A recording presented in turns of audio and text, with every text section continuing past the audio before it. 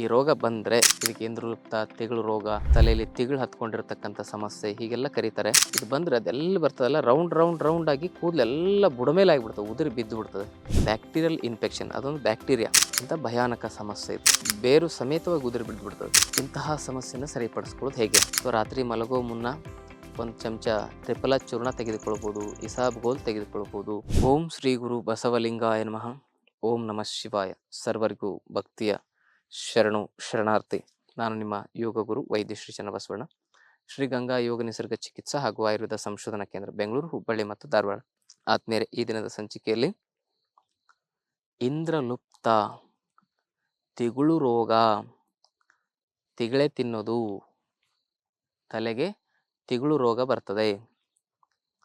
ಈ ರೋಗ ಬಂದರೆ ಇದಕ್ಕೆ ಇಂದ್ರಲುಪ್ತ ತಿಗುಳು ರೋಗ, ತಲೆಯಲ್ಲಿ ತಿಗಳು ಹತ್ಕೊಂಡಿರ್ತಕ್ಕಂಥ ಸಮಸ್ಯೆ ಹೀಗೆಲ್ಲ ಕರೀತಾರೆ.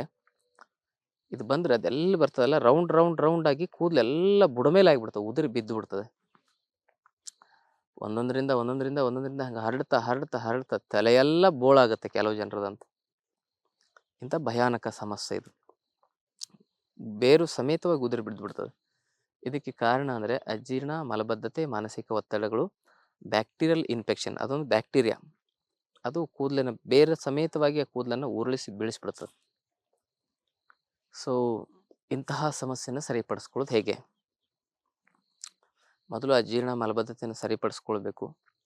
ಅದಕ್ಕಾಗಿ ಬೆಟ್ಟದ ನೆಲ್ಲಿಕಾಯಿ ಜ್ಯೂಸಾರು ಕುಡಿಬೋದು. ಬೆಳಗ್ಗೆ ಎದ್ದು 1 ಗ್ಲಾಸು, ಗೋಮೂತ್ರನಾದರೂ ಕುಡಿಬೋದು, ಅಥವಾ ಹರಳೆಣ್ಣೆನಾದರೂ ಕುಡಿಬೋದು, ಅಥವಾ ರಾತ್ರಿ ಮಲಗೋ ಮುನ್ನ 1 ಚಮಚ ತ್ರಿಫಲ ಚೂರ್ಣ ತೆಗೆದುಕೊಳ್ಬೋದು, ಇಸಾಬ್ಗೋಲ್ ತೆಗೆದುಕೊಳ್ಬೋದು. ಹೀಗೆ ಮನೆಮದ್ದನ್ನು ಮಾಡ್ಕೊಳ್ಳಿ. ಈ ಸಮಸ್ಯೆಗೆ ಈಗ ಆಲ್ರೆಡಿ ಬಂದುಬಿಟ್ಟಿದೆ, ಏನೋ ತಪ್ಪಾಗಿದೆ, ಇದಕ್ಕೆ ಸಮಸ್ಯೆಗೆ ಪರಿಹಾರ ಏನು ಅನ್ನೋದಾದರೆ, ಆದ್ಮೇಲೆ ಈ ಗುಲಗಂಜಿ ಬೀಜ ಬರುತ್ತೆ, ಗುಲಗಂಜಿ ಬೀಜ, ಅದನ್ನೇನು ಮಾಡಬೇಕು ಅಂದರೆ, ಅದು ಮತ್ತು ಜೇನುತುಪ್ಪ ಸಮ ಪ್ರಮಾಣದಲ್ಲಿ ಅದನ್ನು ಸೇರಿಸಿ ಚೆನ್ನಾಗಿ ಅರಿಬೇಕು. ಕಲ್ಲಿನಲ್ಲಿ ಚೆನ್ನಾಗಿ ಅರಿಬೇಕು. ಅರಿದು ಅದನ್ನು ಪೇಸ್ಟ್ ಥರ ತಯಾರಿಸ್ಕೊಳ್ಬೇಕು. ಆ ಪೇಸ್ಟನ್ನು ಎಲ್ಲಿದಲ್ಲ ಪೇಸ್ಟ್ ಇದಾಗ್ತದಲ್ಲ, ಅದು ತಿಗಳು ರೋಗ ಬಂದಿರುತ್ತಲ್ಲ ಆ ಭಾಗಕ್ಕೆ ಲೇಪಿಸಬೇಕು. ಲೇಪಿಸಿ ಒಂದು 3 ತಾಸಿನ ನಂತರ ನೀವು ಅದನ್ನು ತೊಳಿಬೇಕು. ಯಾವ ನೀರಿಂದ? ತಣ್ಣೀರಿನಿಂದ.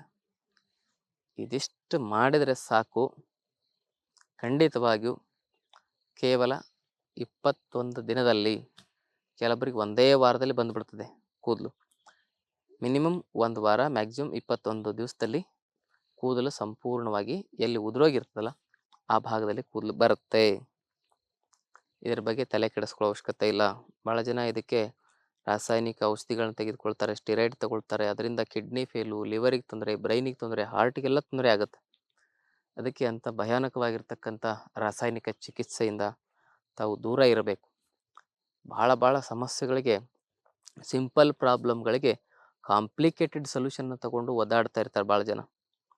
ಈ BP, sugar, arthritis, cholesterol, thyroid ಇವೆಲ್ಲ ಹೆಚ್ಚಾಗ್ತಾ ಇರ್ತಕ್ಕಂಥದ್ದು ರಾಸಾಯನಿಕ ಔಷಧಿಗಳ ದುಷ್ಪರಿಣಾಮದಿಂದ, ಜೀವನ ಕ್ರಮದ ಅವಘಡಗಳಿಂದ. ಅದಕ್ಕೆ ಅವನ್ನೆಲ್ಲ ಸರಿಪಡಿಸ್ಕೊಂಡು ಆರೋಗ್ಯವಾಗಿ ಬದುಕಿ. ಯೋಗದಲ್ಲಿ, ಆಯುರ್ವೇದದಲ್ಲಿ ಎಲ್ಲ ರೋಗಗಳಿಗೂ ಚಿಕಿತ್ಸೆ ಪರಿಹಾರ ಇದೆ. ಯಾವುದೇ ರೋಗ ಇರಲಿ, ನಮ್ಮ ಆಶ್ರಮದಲ್ಲಿ ತಿಂಗಳಿಗೆ ಸುಮಾರು ಒಂದು 7ರಿಂದ 8 ಸಾವಿರ ಜನ ಚಿಕಿತ್ಸೆ ಪಡೀತಾರೆ. ಈ ಚಿಕಿತ್ಸೆ ಪಡೆದು ಸಂಪೂರ್ಣವಾಗಿ ಎಂತೆಂಥ ಕಠಿಣ ಕಾಯಿಲೆಗಳನ್ನು ಗುಣಪಡಿಸ್ಕೊಳ್ತಾ ಇದ್ದಾರೆ ಅಂದರೆ ಅದ್ಭುತ ಅನ್ನಿಸ್ತಾ ಇದೆ. ಇದೆಲ್ಲ ನಾವು ಕಂಡುಹಿಡಿದಿರೋದಲ್ಲ, ನಮ್ಮ ಪೂರ್ವಜರು ಆಯುರ್ವೇದ ಶಾಸ್ತ್ರದಲ್ಲಿ, ಯೋಗ ಶಾಸ್ತ್ರದಲ್ಲಿ ಉಲ್ಲೇಖ ಮಾಡಿದ್ದಾರೆ. ಅದನ್ನು ನಾವು ಮುಂದುವರಿಸ್ಕೊಂಡು ಹೋಗ್ತಾ ಇದ್ದೇವೆ. ಅದನ್ನು ಹುಡುಕಿ ತೆಗೆದು ಅದರಲ್ಲಿ ಸಂಶೋಧನೆಗಳನ್ನು ನಾವು ಮಾಡ್ತಾ ಇದ್ದೇವೆ. ಅದಕ್ಕಾಗಿ ತಾವು ಕೂಡ ಹತ್ತಿರದ ಆಯುರ್ವೇದಿಕ್ ವೈದ್ಯರ ಹತ್ರ, ಯೋಗ ಶಾಸ್ತ್ರಜ್ಞರ ಹತ್ರ ತಮ್ಮ ಸಮಸ್ಯೆಗಳಿಗೆ ಪರಿಹಾರವನ್ನು ಕಂಡುಕೊಳ್ಬೇಕು. ಎಲ್ಲದಕ್ಕೂ ರಾಸಾಯನಿಕ ಔಷಧಿಗಳನ್ನು ತೆಗೆದುಕೊಳ್ಳೋದು ಸೂಕ್ತ ಅಲ್ಲ ಅಂತಕ್ಕಂಥ ಮಾಹಿತಿಯನ್ನು ಕೊಡ್ತಾ, ಈ ಮಾಹಿತಿಯನ್ನು ಎಲ್ಲರಲ್ಲೂ ಶೇರ್ ಮಾಡ್ಕೊಳ್ಳಿ. ಗುಣವಾಗದ ಎಲ್ಲ ಆರೋಗ್ಯದ ಸಮಸ್ಯೆಗಳಿಗೂ ಯೋಗದಲ್ಲಿ, ಆಯುರ್ವೇದದಲ್ಲಿ ಪರಿಹಾರ ಇದ್ದೇ ಇದೆ ಅನ್ನೋದನ್ನು ತಾವು ಮನಸ್ಸಿನಲ್ಲಿ ಇಟ್ಕೊಳ್ಳಿ. ಈ ದಿನದ ಸಂಚಿಕೆಯನ್ನು ಮುಗಿಸ್ತಾ ಇದ್ದೇವೆ. ತಮ್ಮೆಲ್ಲರಿಗೂ ಭಕ್ತಿಯ ಶರಣಾರ್ಥಿ.